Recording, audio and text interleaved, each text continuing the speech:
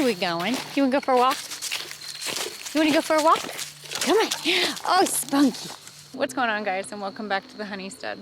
I have a couple of minutes. I just put dinner in the oven, but I wanted to walk up to the barn shop really quick and see what we got going on up there. You beat me up here, didn't you?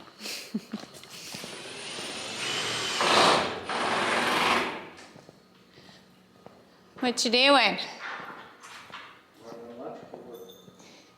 Hanging lights.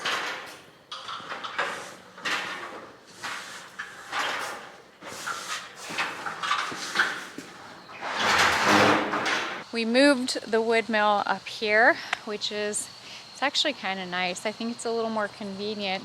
But the other project that we have that we're going to start working on is back here. We're going to build a rather large lean-to so that we can store some of our wood once it's out of the kiln.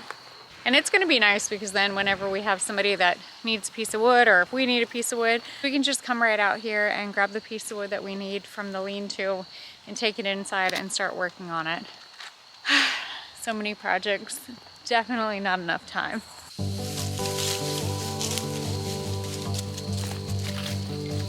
This is Achillea millefolium, and all I'm doing is helping it go to seed. I have absolutely no problem growing as much yarrow as possible. We have a big jar that we saved in the apothecary, but we do have it growing all over the homestead, especially on the edge, on the property edges. But this is one little beautiful plant that I have no problem helping spread the seeds.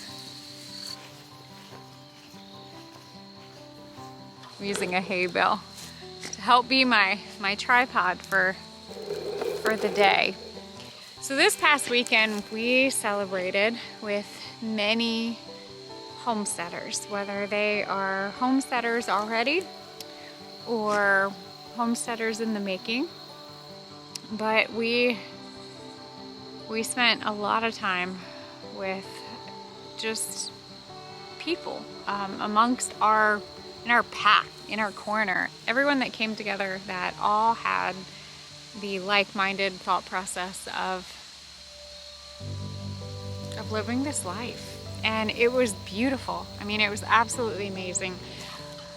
We were able to talk with people from all different walks of life, from many different states. And if you didn't make it out to the Homesteaders of America conference this year, I highly recommend coming out next year.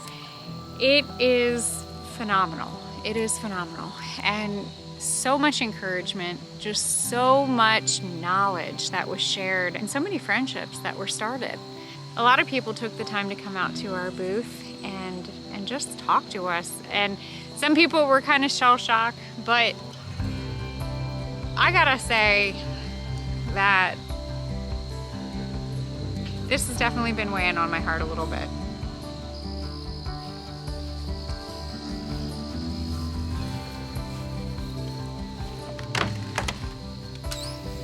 My husband's been busy. Figured I would come up to the wood kiln to get out of the wind since the wind is starting to pick up, but going to the Homesteaders of America conference for me was a huge deal. I've been part of it for the last couple of years. I'm very supportive of building a community of like-minded individuals and giving them a place where they can feel like they belong. And they felt like they fit in for once, you know, and I can relate. Like, I'm not gonna lie, I can truly relate. I'm not like the typical person that is my age. I do things a little bit differently, and I absolutely love that. But when you have an opportunity to, you know, come together as friends and make new friends, I think is absolutely beautiful. There were a couple of things that happened at the conference that truly made me want to reflect on everything that we are doing. The first thing, for sure, definitely has to be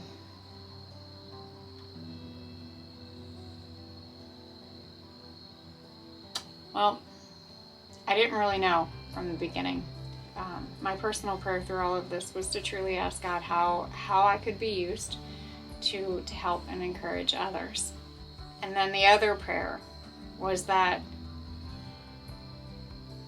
if I was going to take off and grow in numbers, which I know a lot of people get really excited when they see like how big their platform can be. And honestly, like when I look at it, I'm like, wow, that's really cool. But the other aspect of it is when I see the numbers grow on YouTube, I have to remember that those are not numbers. Those are individuals that are coming out and want to learn. And that, I think, is absolutely beautiful. My personal prayer that I've said since the beginning was to remain humble, and not just humble, but teachable. And so as I'm watching my YouTube channel grow, and as I'm seeing that more and more people are starting to find me, I'm gonna ask for whomever feels that it's in their heart to say that prayer for me and for my family. I'm gonna ask for you guys to do that. And if you don't pray, that's okay. Good vibes work just fine. But my YouTube channel is getting a lot bigger than what I ever imagined, and I'm just along for the ride.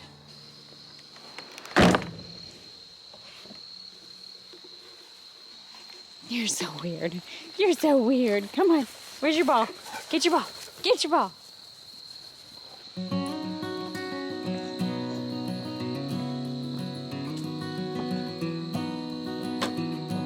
I came up to the apothecary really quick because I knew that the feverfew was going to be done in the freeze dryer, but I didn't talk about this the other day, and so I wanted to show you. We went ahead and picked a whole bunch of goldenrod, and it is currently drying right now.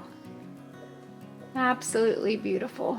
This little hanging rack has been such a blessing, especially because it's so easy to hang dry some plants and then put them away. But we'll use this goldenrod up. I do want to compare the goldenrod to the freeze-dried goldenrod as well, and do like a taste test and see how well it held up.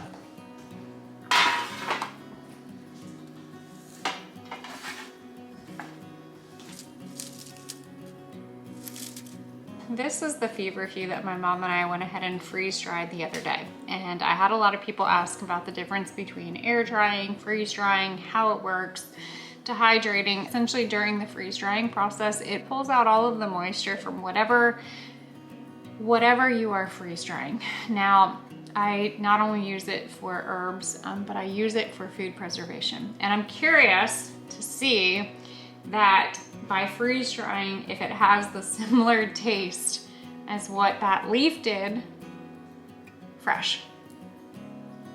Okay, it does. Yep, tastes exactly the same. Ooh, that's interesting. As soon as I put it in my mouth and reconstitute it with my own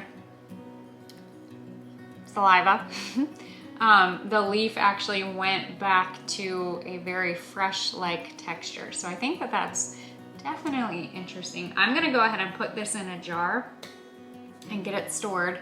When it comes to length of time for preservation, when you freeze dry something, it can last up to 25 years versus just drying it. It might only last for a couple of years. When I set up an herb in a tincture, that could last up to 5 years. I've even seen some say longer, but typically we go through it before we even get to that.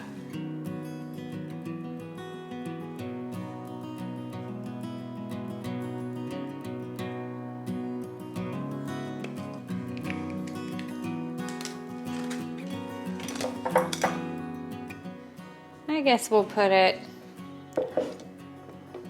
right here until I can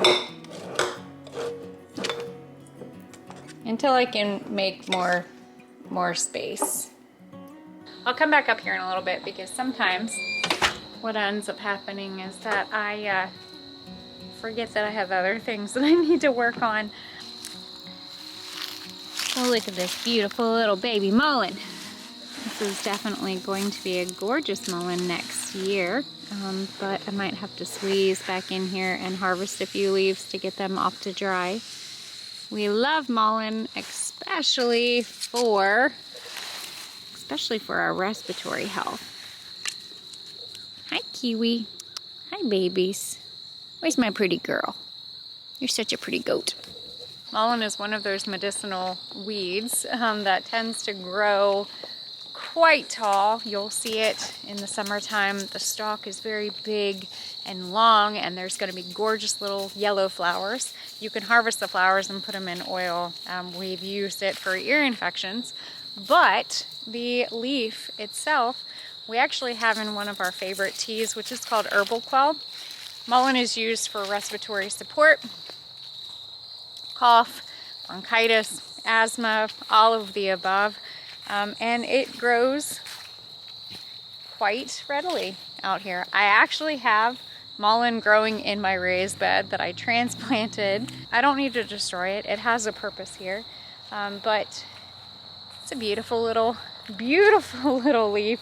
Before I go in for the evening, I want to go check one of the logs that I found a massive lion's mane growing like really early.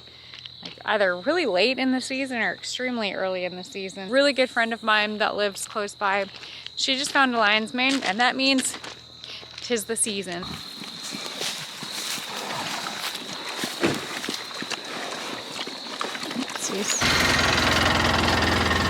And take me to find the mushrooms? Where? I know down by the creek on this far side. I'm curious if it came back.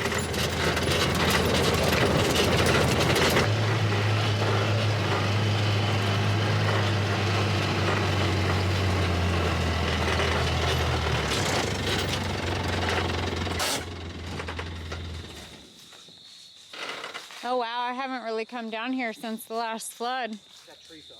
That tree, it did fall.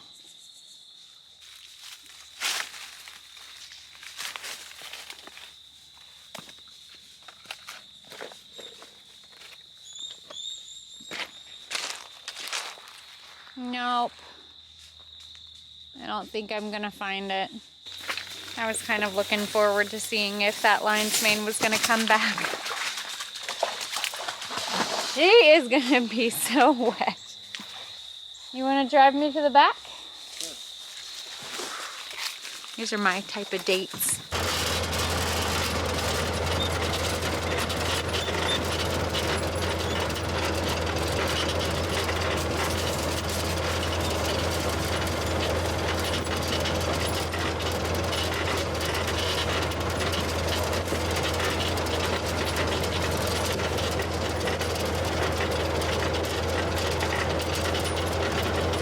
You might have to help me get this one. I think you're tall enough. I don't know if I'm tall enough.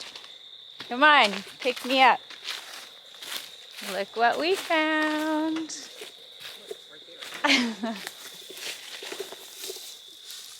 Can you guys see it? Look how pretty. Oh, that's a gorgeous little baby lion's mane. And it's getting dark, and I know that there's more, but... You have to look tomorrow. You want to help me get it? You gotta, like, be gentle. Okay, not that gentle, I know. Leave a little bit. Isn't it weird feeling? I left my mushroom knife. Well, Nothing gentle about that. nothing really gentle about that. Hey, look at that pretty little mushroom. Lion's mane's one of my favorite mushrooms to find outside of morels or chicken of the woods, but I know that we have a lot more. I know we have a lot more growing around here. It is starting to get a little bit dark. My camera actually makes it look like it's a lot lighter than what it is, but yeah. So these are my kind of dates, you know, how romantic. You and your husband sneaking off into the woods to go mushroom hunting, of course. Hey, babe. Thanks for taking me. Yeah. Appreciate it. I have a feeling I'm going to come back out here in the next couple of days and take a little bit of a better look on the trees. But yeah. And as always, don't be afraid to get your hands dirty and learn something old. Bye, guys.